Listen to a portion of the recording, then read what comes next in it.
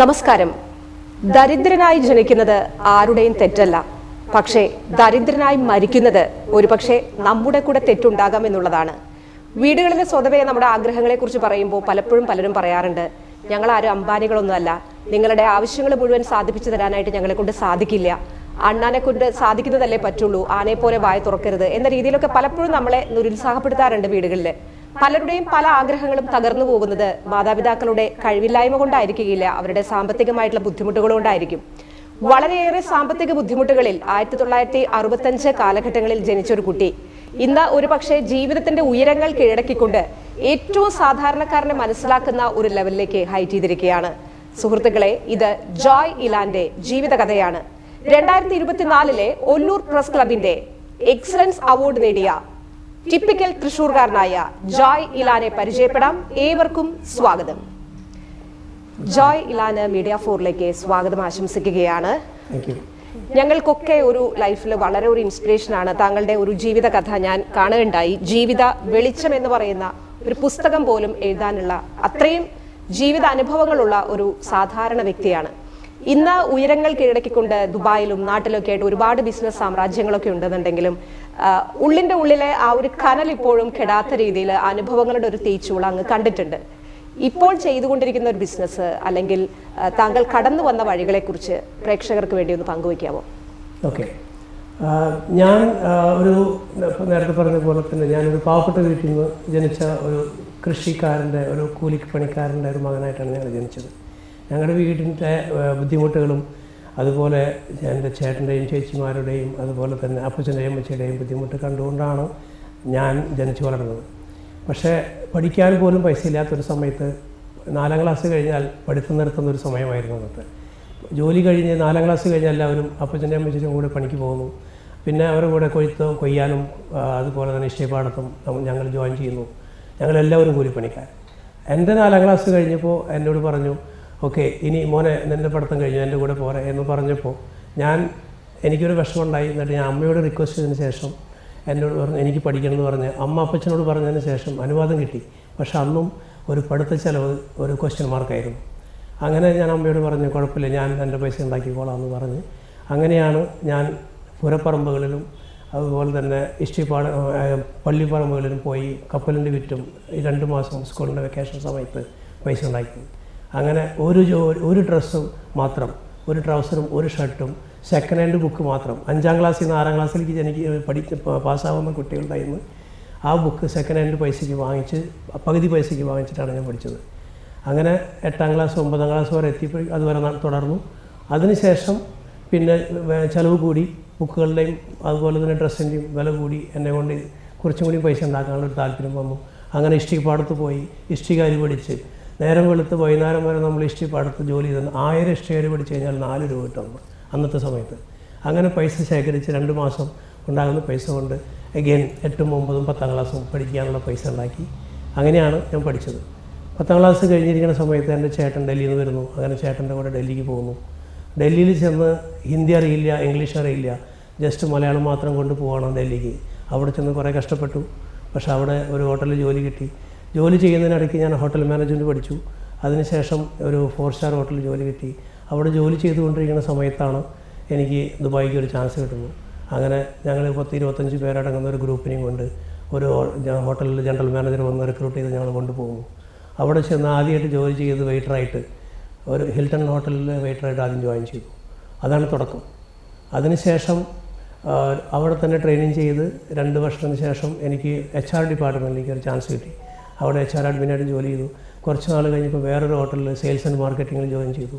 അങ്ങനെ ദുബായിയുടെ ലൈഫിൽ എങ്ങനെയാണ് പൈസ ഉണ്ടാക്കേണ്ടത്, എങ്ങനെയാണ് ചെയ്യേണ്ടത് എന്നുള്ള ആ ലെവലിലെത്തി. കുറച്ച് നാൾ കഴിഞ്ഞപ്പോൾ പിന്നെ ഞാനൊരു റിക്രൂട്ട്മെൻറ്റ് കൺസൾട്ടൻറ്റ് തുടങ്ങി. അതിനുശേഷം റിയൽ എസ്റ്റേറ്റ് തുടങ്ങി. അവിടെ ഫ്രീ ഹോൾഡ് പ്രോപ്പർട്ടി വാങ്ങിക്കായിരുന്നു ആളുകൾക്കും, ഏത് രാജ്യക്കാർക്കും. അങ്ങനെ ഒരു നിയമം വന്നപ്പോൾ ഞാൻ റിയൽ എസ്റ്റേറ്റിൻ്റെ ഓഫീസ് എടുത്തു. ഇപ്പോൾ ഞാൻ ചെയ്യുന്നത് സ്റ്റാഫ് ട്രാൻസ്പോർട്ടേഷൻ. 5 സ്റ്റാർ ഹോട്ടൽസിൻ്റെ സ്റ്റാഫുകൾ ഡ്രോപ്പ് ആൻഡ് പിക്കപ്പ്. ഒരു ദിവസം ഒരു ഹോട്ടലിൽ 40-45 ട്രിപ്പ് ഉണ്ടായിരിക്കും. അതുപോലെ പല ഹോട്ടലിൽ ഞങ്ങൾ ചെയ്യും. ഒരു 10-12 ഹോട്ടൽ ഞങ്ങളിപ്പോൾ ചെയ്യുന്നുണ്ട്. 5 സ്റ്റാർ ഹോട്ടലിൻ്റെ സ്റ്റാഫ് ട്രാൻസ്പോർട്ടേഷൻ ചെയ്യുന്ന ഒരു ബിസിനസ്സാണ് ഇപ്പോൾ ഞാൻ ചെയ്യുന്നത് ദുബായിൽ. ഓക്കെ, പലരും പലപ്പോഴും പറയാറുണ്ട്, എന്നെ ആരും സഹായിച്ചിട്ടില്ല, അല്ലെങ്കിൽ എനിക്ക് ആരും ഉണ്ടായിരുന്നില്ല സഹായിക്കാൻ, ഞാൻ കരഞ്ഞപ്പോൾ എന്നെ ആരും ആശ്വസിപ്പിച്ചിട്ടില്ല. ഇപ്പോൾ ജോയ്സന്റെ ജീവിതത്തിലും ഇങ്ങനെ ഒരുപാട് അവസ്ഥകൾ ഉണ്ടായിട്ടുണ്ട്. ഈ ഒരു സ്ട്രഗിൾ ഏജ് നമ്മൾ കടന്നു പോകുമ്പോഴും നമ്മളെ ആരും കൈപ്പിടിച്ച് ഉയർത്തിയിട്ടൊന്നുമില്ല. പക്ഷേ താങ്കളുടെ ഉള്ളിൽ എന്തായിരുന്നു ഇങ്ങനെ മുന്നോട്ട് പോകാനുള്ള ഒരു ആർജവം? ഞാൻ നേരത്തെ പറഞ്ഞ പോലെ ഞങ്ങളുടെ വീട്ടിൽ ഞങ്ങൾ 6 മക്കളാണ്. പക്ഷേ എന്നേക്കാളും എൻ്റെ അത്ര ഈ പൊസിഷനിൽ ഇരിക്കുന്ന ഒരാളുമില്ല. അവരിപ്പോഴും ഒരുപോലെ അവർ ജീവിതം കഴിഞ്ഞു പോകുന്നു. അപ്പോൾ എനിക്കൊരു നാളെ ഒരു ആവശ്യം വന്നു കഴിഞ്ഞാൽ എനിക്ക് അവരോട് ഞാൻ ചോദിക്കാൻ പറ്റില്ല. കാരണം അവർ എന്തെങ്കിലും അവസ്ഥയാണ്. അവർക്ക് എന്തെങ്കിലും ആവശ്യം വരുമ്പോൾ എൻ്റെ അടുത്താണ് വരുന്നത്. അപ്പോൾ ഞാൻ അവരോട് ഇങ്ങനെ ചോദിക്കും. അപ്പോൾ ആ ചാപ്റ്റർ ക്ലോസ്. പിന്നെ എൻ്റെ വീട്ടിൽ എന്ന് പറഞ്ഞാൽ മറ്റുള്ളവർ കൂട്ടുകാരന്മാർ അല്ലെങ്കിൽ ആരും ഒരു ലിമിറ്റ് വരെ ആൾക്കാരെ സഹായിക്കുള്ളൂ. നമുക്കൊരു പ്രശ്നം വരുമ്പോൾ ഒരാളും ഉണ്ടാവില്ല. So you have to work hard. അതാണ് മെയിനായിട്ട്. പിന്നെ നമ്മൾ അതിന് വേണ്ടിയിട്ട് ട്രൈ ചെയ്യുന്നു ഈ വഴി. അല്ലെങ്കിൽ പിന്നെ ഒരു സംഗതി വെച്ചാൽ എൻ്റെ ഒരു വഴിയിൽ ഞാൻ പറയുകയാണെന്നുണ്ടെങ്കിൽ ഒരു ആന കുത്താൻ വന്നാലും അതിനൊരു പരിഹാരമുണ്ട്. There is something there. അതാണ് ഞാൻ അങ്ങനെയാണ് ഞാൻ ചിന്തിച്ചുകൊണ്ടിരിക്കുന്നത്. പല പ്രശ്നങ്ങളും ഉണ്ടായിട്ടുണ്ട്. ഇത്ര നാളായിട്ടും ഞാൻ ദുബായിൽ ജോലി ചെയ്യുന്നു. പല കാര്യങ്ങളും പല മേഖലകളും ഞാൻ വർക്ക് ചെയ്യുന്നു. പല പ്രശ്നങ്ങൾ ഉണ്ടായിട്ടുണ്ട്. ദുബായ് പോലീസ്, അതുപോലെ CID അല്ലെങ്കിൽ ലീഗലായിട്ടുള്ള പ്രശ്നങ്ങൾ വരുമ്പോൾ അതെങ്ങനെ നമ്മൾ സോൾവ് ചെയ്യും? നമ്മൾ കറക്റ്റ് ആണെങ്കിൽ you can fight for it. അതാണ് എൻ്റെ ഒരു ഇത്. കാരണം ഞാൻ സെറ്റ് ചെയ്തിട്ടുണ്ടെങ്കിൽ എനിക്ക് ഏത് മുകളിൽ വരെ പോകാം, CID പോകാം, പോലീസിൽ പോകാം. അപ്പോൾ ഞാൻ അങ്ങനെ ചെയ്യാതിരിക്കാം മാക്സിമം. നമ്മളൊരു കുഴിയിൽ വീണ് കഴിഞ്ഞാൽ എന്നെ പൊക്കാൻ ആരില്ല എന്ന് എനിക്കിവിടെ അറിയാം. അപ്പോൾ അതുകൊണ്ട് ഒരു സ്റ്റെപ്പ് മുമ്പോട്ട് വെക്കുമ്പോൾ ഇപ്പോൾ ഞാൻ ആലോചിക്കും, ജോയ് ഈ കാലം അവിടെ വെക്കണോ, വെച്ച് എന്തായിരിക്കും? അങ്ങനെയാണ് ഞാൻ ഓരോ സ്റ്റെപ്പ് മുമ്പോട്ട് പോകുന്നത്. പിന്നെ ദൈവാനുഗ്രഹം ഉണ്ട് എനിക്ക്. എൻ്റെ അപ്പച്ചൻ്റെ അമ്മച്ചിൻ്റെ തലയിൽ അനുഗ്രഹം ഉണ്ട് എനിക്ക്. കുറേ ആൾക്കാർ പ്രാർത്ഥിക്കുന്നുണ്ട് എനിക്ക് വേണ്ടിയിട്ട്. So I am fine. I am fine. Joy ചേട്ടാ ഇപ്പോൾ കൊല്ലൂരാണല്ലോ സെറ്റിൽ ചെയ്തിരിക്കുന്നത്. സ്വന്തം നാട് കല്ലൂരാണെന്നാണ് ഞാൻ മനസ്സിലാക്കിയിട്ടുള്ളത്. അപ്പോൾ എന്തായാലും നമ്മൾ തൃശ്ശൂരിലുള്ളവർ തന്നെയാണ്. പൊതുവേ നമ്മൾ മലയാളികൾ വിദേശ രാജ്യങ്ങളിലൊക്കെ പോകുമ്പോൾ, പ്രത്യേകിച്ച് ദുബായിൽ എവിടെയും നമ്മൾ ഒരുപാട് മലയാളികളാണ്. ചില ഏരിയയിൽ കേരളം തന്നെയാണോ എന്ന് നമ്മൾ സംശയിച്ചു. അത്രയേറെ മലയാളികളാണ്. പൊതുവിൽ താങ്കൾ ദുബായിൽ വർക്ക് ചെയ്യുന്ന സമയത്ത്, പ്രവാസ ലോകത്തായിരിക്കുന്ന സമയത്ത് മലയാളികൾ തന്നെ സാറിന് എന്തെങ്കിലും ബുദ്ധിമുട്ടുണ്ടാക്കിയിട്ടുണ്ടോ? പൊതുവിൽ പറയുന്ന ഒരു കാര്യമാണ്. അതെങ്ങനെയാണ് സാറിന്റെ അനുഭവത്തിൽ എങ്ങനെയാണ്? ഞാൻ ടു ബി വെരി ഫ്രാങ്ക്, ഞാൻ മലയാളികളെ കൂടുതൽ റിക്രൂട്ട് ചെയ്യാറില്ല എൻ്റെ കമ്പനിയിൽ. എനിക്ക് സ്റ്റാഫിനുള്ളത് മാക്സിമം മറ്റ് നാഷണാലിറ്റീസാണ്. ഞാൻ മലയാളികൾ ഒരിക്കലും കുറ്റം പറയില്ല, കാരണം അവർ നമ്മുടെ നാട്ടുകാരാണ്. പക്ഷേ 1-2 അനുഭവങ്ങൾ ഉണ്ടായിട്ടുണ്ട്. അതുകൊണ്ട് ഞാൻ അത് വളരെ കുറച്ച് ബാക്കിലേക്ക് ഉള്ളൂ. പിന്നെ നമ്മൾ ചെയ്യുന്ന തീരുമാനം അത് പല സമയത്തും തെറ്റായിട്ടുണ്ട്. അപ്പോൾ നമ്മൾ അനുഭവങ്ങളിൽ നിന്ന് പഠിക്കണം. അപ്പോൾ അതുകൊണ്ട് ഞാൻ പിന്നെ ബി കെയർഫുൾ എന്നുള്ള ലെവലിൽ പോയിക്കൊണ്ടിരിക്കുന്നു. ഓക്കെ.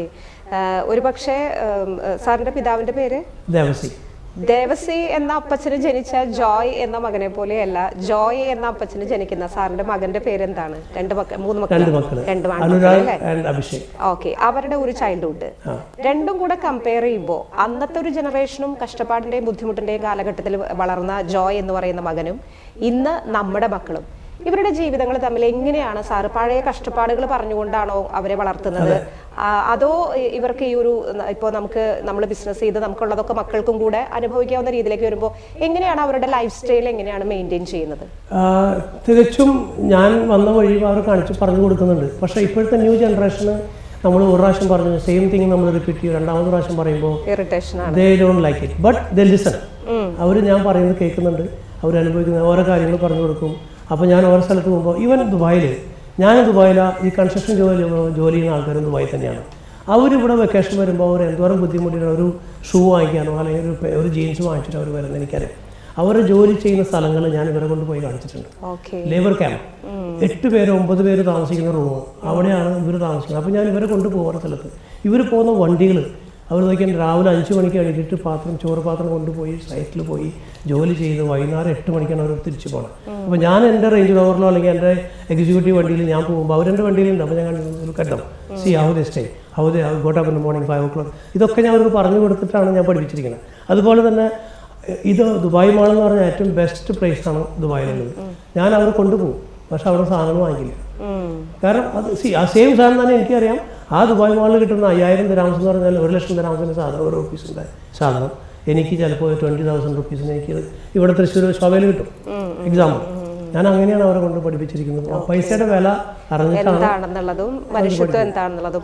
അതിന് വേറൊരു കാരണം വെച്ചാൽ എൻ്റെ മോൻ ഇപ്പോൾ മൂത്താൻ Anurag, he's completed aeronautical engineering. അത് കഴിഞ്ഞ് ഞാൻ മണിപ്പാലായിരുന്നു. അപ്പോൾ ദുബായിൽ is like golden spoon feeding ആണ്. കാരണം വീട്ടിൽ നിന്ന് ഇറങ്ങി കഴിഞ്ഞാൽ ജസ്റ്റ് ഫ്രണ്ടിൽ അവിടെ മെട്രോ, അതിനകത്ത് കയറി AC, അവിടെ നിന്ന് ഇറങ്ങി ഷോപ്പിംഗ് മാൾ AC, അവരതാ പഠിച്ചിട്ടുള്ളൂ. അപ്പോൾ 12ാം ക്ലാസ് കഴിഞ്ഞപ്പോൾ ഞാൻ അവരോട് പറഞ്ഞു, so if you want to study go to India. അപ്പോൾ ഞാൻ ഇന്ത്യയിൽ മണിപ്പാൽ യൂണിവേഴ്സിറ്റിയിൽ അഡ്മിഷൻ വാങ്ങിച്ചു. NRI കോട്ടയിലാണ്, എക്സ്പെൻസീവ് ആണ്, no problem. But you should know that what is the Indian culture. ഒരു ദീപാവലി വരുന്നു, അല്ലെങ്കിൽ ഒരു ക്രിസ്മസ് വരുന്നു, ഇവിടെ മഴ, വെയിൽ, ആ കുടച്ചൂടി ഓടുന്നത്, അത് അവർ കണ്ടിട്ടില്ല ലൈഫിൽ. കാരണം ദേ ഗെറ്റിംഗ് എവറിത്തിങ് റെഡിമെയ്ഡ്. അപ്പോൾ ആ ബുദ്ധിമുട്ട് അറിയാൻ വേണ്ടിയിട്ട് ഞാൻ അവരെ മണിപ്പാൽ യൂണിവേഴ്സിറ്റി മംഗലാപുരത്ത് ചേർത്ത്, അവിടെ ഹോസ്റ്റലിൽ ചേർത്തി.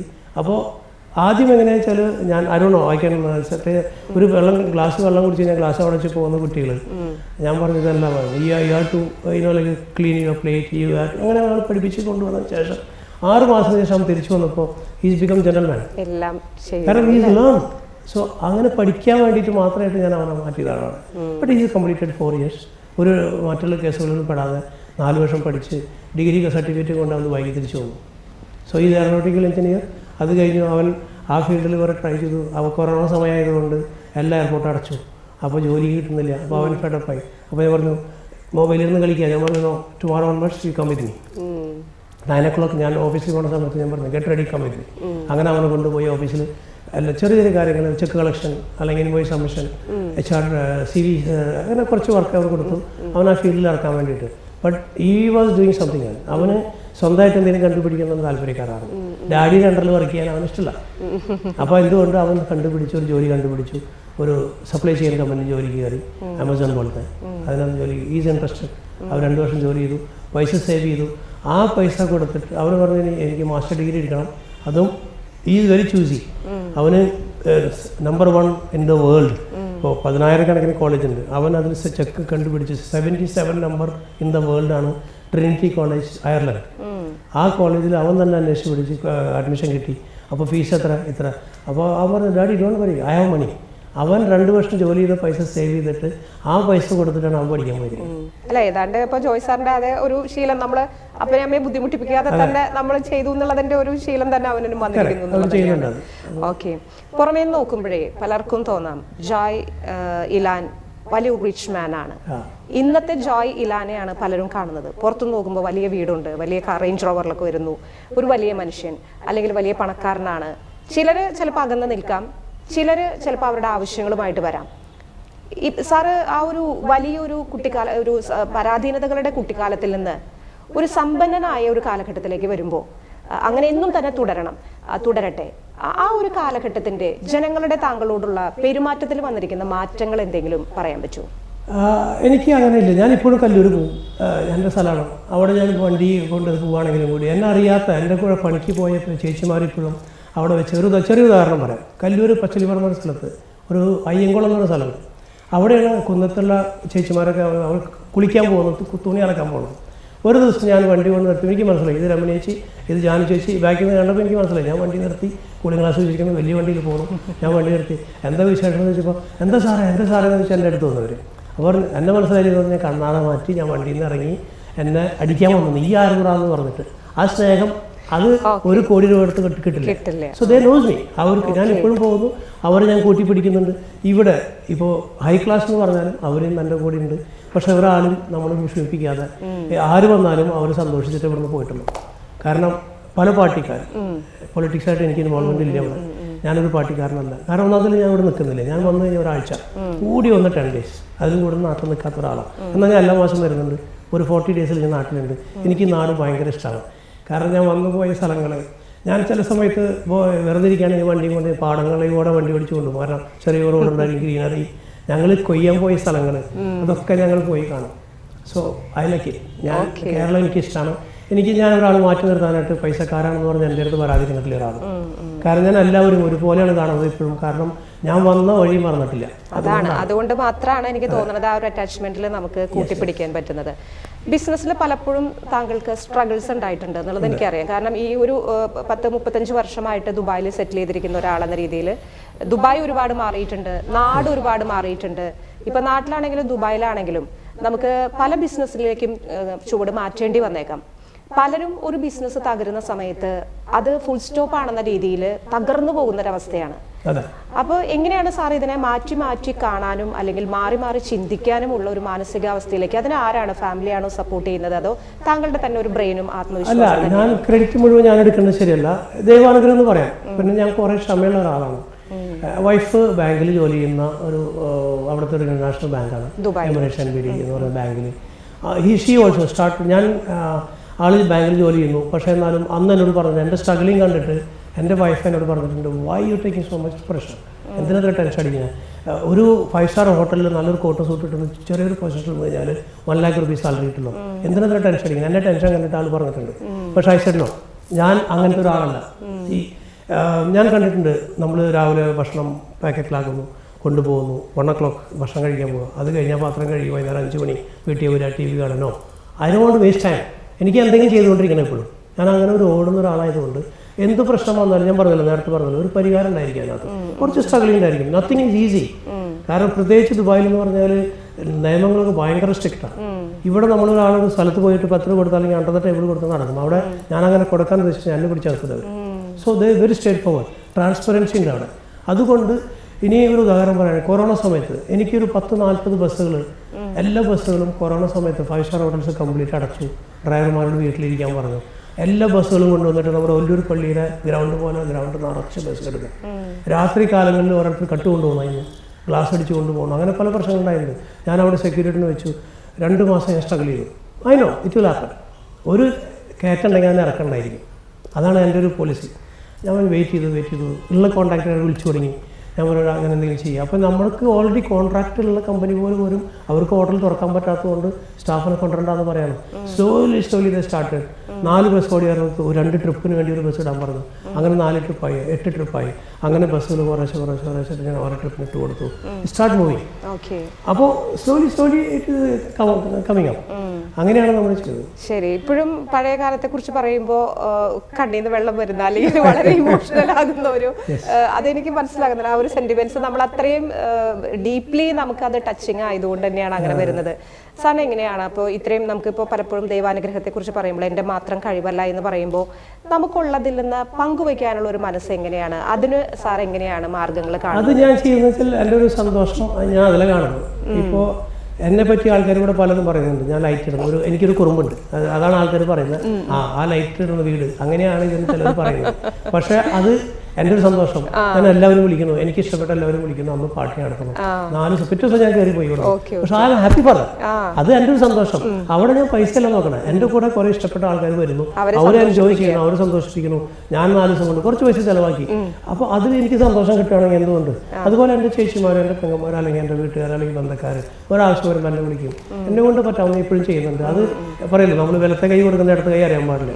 ഞാൻ അങ്ങനെയാണ്. കാരണം പലരും നമ്മുടെ അടുത്ത് വരുന്നു, നമ്മൾ അവരോട് ചെയ്യുന്നു. അതുപോലെ ഇവിടുത്തെ പള്ളിയിൽ നിന്ന് വരാം, അല്ലെങ്കിൽ ഓരോ സ്ഥലത്തുനിന്ന് വരുമ്പോൾ, സംഭാവനയ്ക്ക് വരുമ്പോൾ, അമ്പലങ്ങളിൽ നിന്ന് എൻ്റെ അടുത്ത് വരാറുണ്ട്. കാരണം അവർക്കറിയാം ഇവിടെ വന്നു കഴിഞ്ഞാൽ ഞാൻ എന്നെ പറ്റി പുകഴ്ത്തി പറയല്ല, പക്ഷേ ഇവിടെ വന്നു കഴിഞ്ഞാൽ ഒരാൾ നിരാശപ്പെടുത്താണ്ട് ഞാൻ ഇടുന്നുണ്ട്, എന്നെ കൊണ്ട് പറ്റാവുന്നത്. അതാണ് എൻ്റെ ഒരു ചിലപ്പോൾ പറയല്ലോ, നമ്മൾ കൊടുക്കുമ്പോഴാണ് നമുക്ക് കൂടുക.